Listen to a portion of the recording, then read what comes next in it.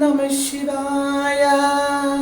Om Namo Narayanaya. Shandakaram Bhujagashayanam Padmanabham Suresham Vishwadharam Gagana Sadrisham Meghavarnam Shubhangam Lakshmi Kandam Kamalanayanam Yogibhir Dhyanagamyam Vande Vishnum Bhavabhayaharam Sarvalokeganadham. Friends, unlike other Shiva temples where the Bilva leaves, that's the Kuvalatinde Elagal, are offered to the Shiva, the Lord. Here they are not accepted. Instead, Tulasi or the holy basil leaves are accepted.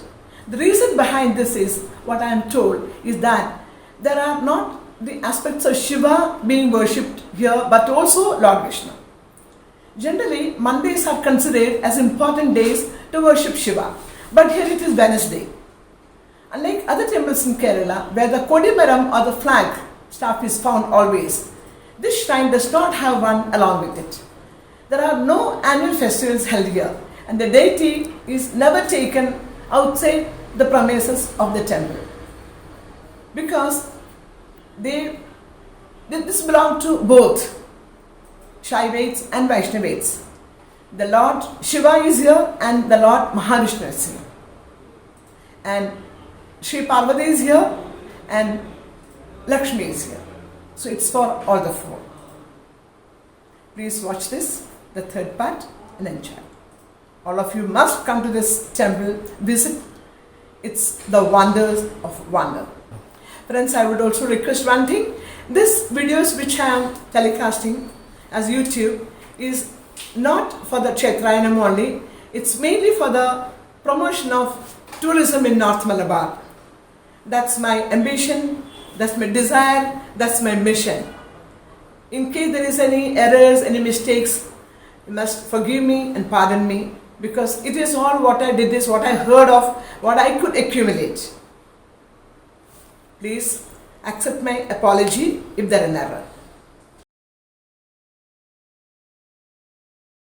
പിന്നെ ഉത്സവത്തിൻ്റെ കാര്യങ്ങളെക്കുറിച്ച് പറയുകയാണെങ്കിൽ ഇവിടെ ഉത്സവം ഏതോ കാലഘട്ടത്തിൽ നിന്നു എന്നാണ്. മലബാറിലെ ഏറ്റവും വലിയ ഉത്സവമായിരുന്നു ഇവിടെ ഉണ്ടായിരുന്നു. ഏതോ കാലഘട്ടത്തിൽ അത് നിന്നുപോയി. അപ്പോൾ അതിൻ്റെ പിന്നെ ഉത്സവം എങ്ങനെ വെച്ചിട്ടുണ്ടെങ്കിൽ, ഒരു ശിവരാത്രിക്ക് കൊടിയേറിയാൽ വിഷു 1-ാം തീയതി ഇറങ്ങും.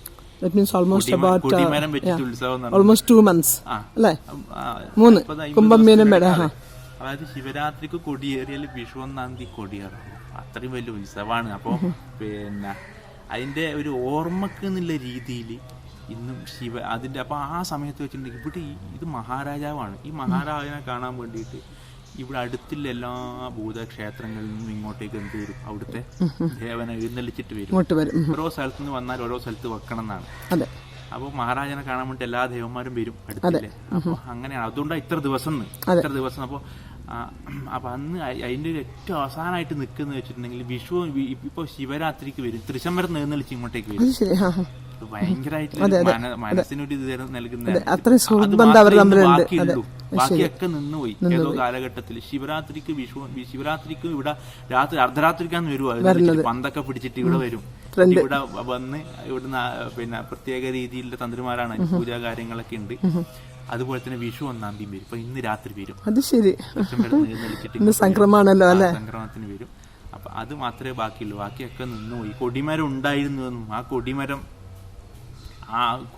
കയറി ഉത്സവം നിന്ന് ഇവിടെ കൊടിമരം കാണൂല. ഈ ഉത്സവത്തിന് എന്തോ ബുദ്ധിമുട്ടുകൾ വന്ന് ഉത്സവം നിർത്തലാക്കിയ സമയത്ത് കൊടിമരം പൊരിച്ച് ഒരു പ്രത്യേക സ്ഥലത്ത് അടക്കം ചെയ്തിട്ടുണ്ട്. ടിപ്പുവിന്റെ ആക്രമണം ഇവിടെ നടന്നിട്ടില്ല. കാരണം ഞാൻ മനസ്സിലാക്കിയെടുത്തോളം ടിപ്പൂർ ആക്രമണം ഇവിടെ നടന്നിട്ടില്ല. കാരണം ഇത്രയും വലിയ ചുറ്റുമതിൽ ഇവിടെ ഒന്നും നടത്താൻ പറ്റിയിട്ടില്ല. മാത്രമല്ല, അങ്ങനെ നടന്നിട്ടുണ്ടെങ്കിൽ ഏതെങ്കിലും രീതിയിൽ നശിച്ചായിട്ടുള്ള അറിവുകൾ നമുക്കില്ല. അറിവ് നമുക്കില്ല. നശിച്ചായിട്ടുള്ള രേഖകളോ ഒന്നുമില്ല. അപ്പോൾ ഇവിടെ നടന്നിട്ടില്ല എന്നാണ് മനസ്സിലാക്കിയത്. കാഞ്ഞിരങ്ങാട് വൈദ്യനാഥ ക്ഷേത്രമുണ്ട്, അവിടെയൊക്കെ നടന്നിട്ടുണ്ട്. ടിപ്പുവിന്റെ ആക്രമണം. ഇവിടെ നായന്മാരുടെ പട ഉണ്ടായിരുന്നുവെന്നും അപ്പൊ അതുകൊണ്ട് നടന്നിട്ടില്ല എന്നും. അപ്പൊ ടിപ്പു പിന്നെ പുറത്ത് തീ വെച്ചെന്ന് കേട്ടത്. തീ വെച്ച സമയത്ത് തീ അണക്കാൻ വേണ്ടിട്ട് ഇവിടുത്തെ അന്നുണ്ടായിരുന്ന മുസ്ലിങ്ങളാണ് വന്നത്. അത് ശരി. മുസ്ലിംസ് ആണെങ്കിലും ഇവിടെ തീ വെച്ച സമയത്ത് ഈ തമ്പുരാനോടുള്ള സ്നേഹം കൊണ്ട് അന്നുള്ള മുസ്ലിങ്ങളും കൂടി കൂടിയിട്ടുണ്ട് തീ അണക്കാൻ. അതുകൊണ്ട് തന്നെ ഇവിടെ ഒരു അകത്തൊരു മണിയുണ്ട്, വന്ന് കാണാൻ പറ്റും. വലിയ മണി, ഇത്ര മണിയാവില്ല, ഒക്കെ മണിയാണ്. അപ്പൊ ആ മണി തുടർച്ചയായിട്ട് അടിച്ചുകൊണ്ടിരുന്നാല് ഏത് മതസ്ഥർക്ക് ഉള്ളിലേക്ക് വരാം. അതൊരു അപായമണിയായിട്ടാണ്.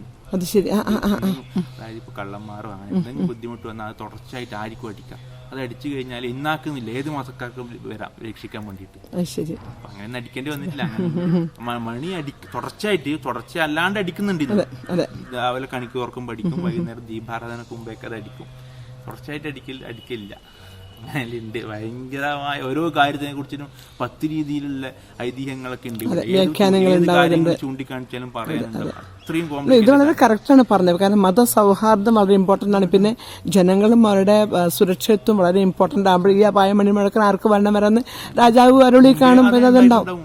അതെ, നമ്മൾ മുമ്പേ ഞാനിപ്പോ കണ്ടിട്ടില്ല. പിന്നെ മുമ്പ് മുസ്ലിംസ് ഇവിടെ പഞ്ചസാര കൊണ്ടുവെക്കേണ്ടത് മതസൗഹാർദ്ദത്തിന്റെ ഭാഗമായിട്ടാണ്.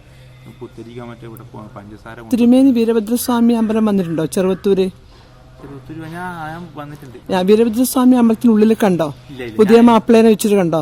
2 ഭാഗത്തും വീരഭദ്രസ്വാമിയുടെ ലെഫ്റ്റും റൈറ്റിലും നിൽക്കുന്നത് പുതിയ മാപ്പിള എന്ന് പറഞ്ഞ അദ്ദേഹത്തിന്റെ ആ ലെഫ്റ്റ് ഉടുത്തിട്ടുള്ള ആ മുണ്ടെടുത്ത 2 കൈയും മുറിഞ്ഞിട്ടാണുള്ളത്.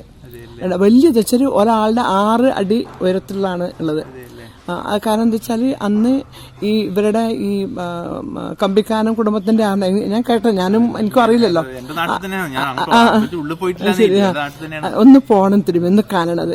അപ്പം അവിടെ ഈ ഒരു വഴക്കുണ്ടായി. ഇന്ന് അദ്ദേഹം കുറച്ച് കഴിവുള്ള മുസ്ലിമായിരുന്നു. അപ്പോൾ ഈ ഹിന്ദുക്കളും അവരുമായിട്ട് വഴക്കിട്ടപ്പോൾ ഇവരെന്ത് വെച്ചാൽ ഉൾപ്പോര് കാരണം പോയിട്ട് തീ വെച്ച് നശിപ്പിച്ചു മൊത്തം കുടുംബത്തിനെ. അപ്പം ഭഗവാന് ദേഷ്യം വന്നു. അവനും എൻ്റെ ഒരു ഭക്തനാണ്, എന്തുകൊണ്ടല്ല, അവനും ഒരു പ്രജയാണ്, മതമല്ല അവിടെ ഇമ്പോർട്ടന്റ്. എന്നിട്ട് അവരെ കൂടെ ഇൻസിസ്റ്റ് ചെയ്തു, ഞാൻ നിങ്ങളെ മൊത്തം നശിപ്പിക്കും. അപ്പം അതിന് പ്രായശ്ചിത്തം പറഞ്ഞത് അദ്ദേഹത്തിനെ എൻ്റെ കൂടെ ഇരുത്തണമെന്ന്. അപ്പൊ കൂടിയിരുത്താൻ പറ്റും. കൂടെ ഭദ്രകാളിയുണ്ട്. അപ്പം അതായത് മെയിൻ തൃക്കോവിലിന്റെ ലെഫ്റ്റും റൈറ്റുമായിട്ട് വെച്ചിരിക്കുകയാണ്. എനിക്ക് പോലും ഇതുവരെയും ഉള്ളിൽ പോകാൻ, ഞങ്ങൾ പൊതുവാൾ പോകാൻ പാടില്ല, ഞങ്ങൾ പൊതുവാളാണ്. അവരാകെ ബ്രാഹ്മൺ സ്ത്രീകൾ മാത്രമേ അലൗഡ് ഉള്ളു പോകാൻ. അതും ഈ മറ്റിങ്ങനെ പ്രശ്നങ്ങളില്ലാത്ത സ്ത്രീകൾ. മറ്റ് ആണുങ്ങൾക്കും അലൗഡല്ല. ഓൺലി തിരുമേനിമാർക്കും പിന്നെ ഭാര്യമാർക്കും നമ്പീശന്മാർക്കേ ഉള്ളൂ. ഞങ്ങൾക്ക് പോലും അലൗഡ് അല്ല ഉള്ളു. ഇപ്പം ഞങ്ങളുടെ ആണുങ്ങൾക്ക് പോലും അലൗഡ് അല്ല. എന്തിന് അപ്പം പോലും ഞങ്ങൾക്ക് ഡയറക്റ്റ് വാങ്ങിക്കാൻ പാടില്ല എന്നാണ്. ഞങ്ങൾക്ക് അവകാശമുണ്ട് അപ്പം വാങ്ങിക്കാൻ പൊതുവാളുമാർക്ക്. കാരണം ദൈവം വീരഭദ്രസ്വാമി ഒരിക്കല് പറമ്പത്ത് പടിഞ്ഞാറ്റിൽ പോയിരുന്നാണ് എന്ന് പറഞ്ഞ ആ തൃക്കരിപ്പൂരൊക്കെ ഉള്ളത്. എന്നിട്ട് പോലും ഞങ്ങൾക്ക് ഡയറക്റ്റ് വാങ്ങിക്കാൻ പറ്റില്ല. അപ്പൊ അങ്ങനെയൊക്കെ ഉണ്ട് വളരെ. അപ്പൊ ഇവിടെ കേൾക്കുന്നത് വളരെ കറക്റ്റാണ്. Thank you very much. ഒരുപാട് തിരുമേനി എനിക്കതിന് സംക്രമത്തിൽ തിരക്കാണ്. ഇത്രയും പറഞ്ഞതിന് വലിയൊരു നന്ദി. ദൈവത്തിന്റെ പേര് ശ്രീ രാജരാജേശ്വര സ്വാമിയുടെ പേര് ഞാൻ വളരെയധികം കൃതാർത്ഥയുണ്ട്. എനിക്ക് അച്ഛനും എന്റെ ഗുരുപദന്മാരെന്ന് പറഞ്ഞു വന്ന കാര്യങ്ങൾ എപ്പോഴും ആർക്കും വേണമെങ്കിലും പ്രചരിപ്പിച്ചു കൊടുക്കണം. തമ്പുരാന്റെ ഒക്കെ വരുന്ന ആർക്കും ചോദിച്ചാൽ പറഞ്ഞു കൊടുക്കണം എന്നാണ്. അതുകൊണ്ട് പറഞ്ഞു താങ്കൾ ചിലപ്പോ സമയത്ത് എല്ലാവർക്കും പറഞ്ഞു കൊടുക്കാൻ പറ്റുന്നില്ല. ഉള്ളിൽ തിരക്കാൻ സമയത്ത് ഞാൻ പറയും പുറത്ത് പുസ്തകം ഉണ്ട്, നിങ്ങൾ തീർച്ചയായിട്ടും വാങ്ങിക്കണം എന്ന് പറയും. ഞാൻ വാങ്ങിച്ചു. ചെറുത് പുതുക്കുള്ള മൊത്തം അഡ്വർടൈസ്മെന്റാ. ഇതൊന്നും അതിൽ കിട്ടില്ല. ഒരുപാടുണ്ട്. സ്ത്രീകളെ രാത്രി മാത്രമേ കയറൂ, സ്ത്രീകൾക്ക് പകല്. അതെന്താ അങ്ങനെ? ഇവിടെ രാജസന്നിധി ആയതുകൊണ്ട് സ്ത്രീകൾക്ക് പ്രവേശനമില്ല. രാജസന്നിധിയിൽ സ്ത്രീകൾക്ക് വിലക്കാണ് പഴയ ഒരു കാരണം മറ്റു പ്രശ്നങ്ങളൊന്നും ഉണ്ടാക്കാതിരിക്കാൻ വേണ്ടിട്ട്. കറക്റ്റാണ്. It's a good thing. രാജസന്നിധി സ്ത്രീകൾ പോലല്ലോ. അല്ല, പോയാൽ നിങ്ങൾ പ്രശ്നം ഉണ്ടാവും. അവർക്ക് നല്ല പെൺകുട്ടികളാണെങ്കിൽ അന്ന് പ്രശ്നം തൊട്ടില്ല. അത് കറക്റ്റാണ്. അതെ. അപ്പൊ അതുകൊണ്ട് തന്നെ ഇവിടെ അതിങ്ങനെ കണ്ടിന്യൂ ചെയ്യും. അത് കണ്ടിന്യൂ സ്ത്രീകൾക്ക് ഉള്ളിലേക്ക് വിലക്കാണ്. അപ്പൊ രാത്രി ഇവിടെ അത്താഴ പൂജ കഴിഞ്ഞു കഴിഞ്ഞാല് കാരണം അവരൊക്കെ ഉറങ്ങി പോയിട്ട് ഇല്ല അർത്ഥം. ഓർ അവിടെ പുറത്തുള്ള ചുറ്റൊക്കെ നടത്തൊക്കെ നിന്നു. അത്താഴ പൂജ കഴിഞ്ഞാല് പെരുന്തൽകോവിലപ്പന് ഇവിടെ ഇല്ല. അത്താപ്പൂ ഞാൻ നേരെ ചെറുകുന്നത്തമ്മയുടെ അടുത്ത് പോകും. അത് ശരി. ചൈതന്യം ഇവിടെ ഇല്ല. അത് ശരി. ചൈതന്യം ഇല്ല, മുഴുവൻ ഇല്ലാന്നല്ല, ഒരു ചൈതന്യത്തിന് അദ്ദേഹം മെയിൻലി കൂട്ടരുണ്ടല്ലോ, കുറെ കൂട്ടര്, അവരാണല്ലോ ഈ പ്രശ്നങ്ങളൊക്കെ ഒപ്പിക്കുന്നത്. ചിലപ്പോൾ അതായിരിക്കും ചിലപ്പം വിചാരിച്ചു, കാരണം ദൈവം നേരിട്ടൊന്നും ചെയ്യില്ല, അവിടെയുള്ള കുറെ കൂട്ടാളികളാണ് ഈ പ്രശ്നങ്ങൾ ഉണ്ടാക്കുന്നത്, അതുകൊണ്ടായിരിക്കും. അതെ, അപ്പൊ അവർക്ക് കൺട്രോളും പറ്റില്ല, കാരണം അവർ കാണുന്നില്ല. അപ്പം സ്ത്രീകൾക്കൊന്നും സംഭവിക്കാൻ പാടില്ല എന്ന് മുൻകൂട്ടി കരുതിയിട്ട് അങ്ങനെ ഒരു പ്രക്രിയ വെച്ചു. വളരെ നന്നായി.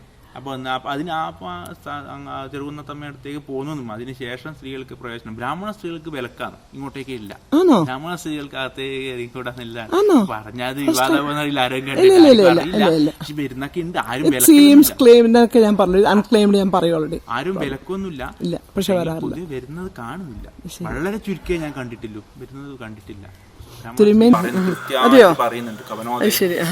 അപ്പൊ ചൊല്ലൂർ നാഥോദയം വായിച്ചിട്ടുണ്ട്. അതുപോലെ തന്നെ പഴയ പുസ്തകങ്ങളും ഓൺലൈനായിട്ട് തന്നെ ഉണ്ട് ഇതെല്ലാം. ശരി. അപ്പോൾ അങ്ങനെ വായിച്ച് ഒരുപാട് കാര്യങ്ങൾ ക്ലിയർ ചെയ്തതും ഡൗട്ട് തീർക്കുകയൊക്കെ ചെയ്തിട്ടുണ്ട്. ഇവിടെ വരുന്ന കുറെ പ്രായസ്ഥന്മാരുണ്ട്, ഇപ്പോഴൊക്കെ ചോദിച്ച്. അതെയോ? അത് ശരി. എന്റെ പോലെ സ്വഭാവം ഉണ്ടല്ലേ? ഇൻട്രസ്റ്റ് ആണ്. അതെ, എല്ലാരും ചെയ്യുന്നൊന്നുമില്ല, എന്നില്ല എനിക്കതിൽ ഇൻട്രസ്റ്റ് ഉണ്ട്. പിന്നെ പലർക്കും പറയാനും ഇഷ്ടമല്ല, അവരെന്തോ ഒരു മോഡലാണ് പലർക്കും. എത്ര ആൾക്കാർ വരും. ഐ നെവർ എക്സ്പെക്റ്റഡ് യങ് ബോയിനെ ഒരിക്കലും പ്രതീക്ഷിച്ചില്ല. പക്ഷെ വെന്യൂക്കും എനിക്ക് എന്തോ ഒരു സഡൻലി സ്ട്രൈക്കാണ് ഇദ്ദേഹമാണ്. അപ്പോൾ നമ്മൾക്ക് ഇത്രയും പ്രായമില്ലേ, ഇവരെന്നെ കൊണ്ടുവന്നില്ലേ രാജരാജേശ്വരല്ലേ.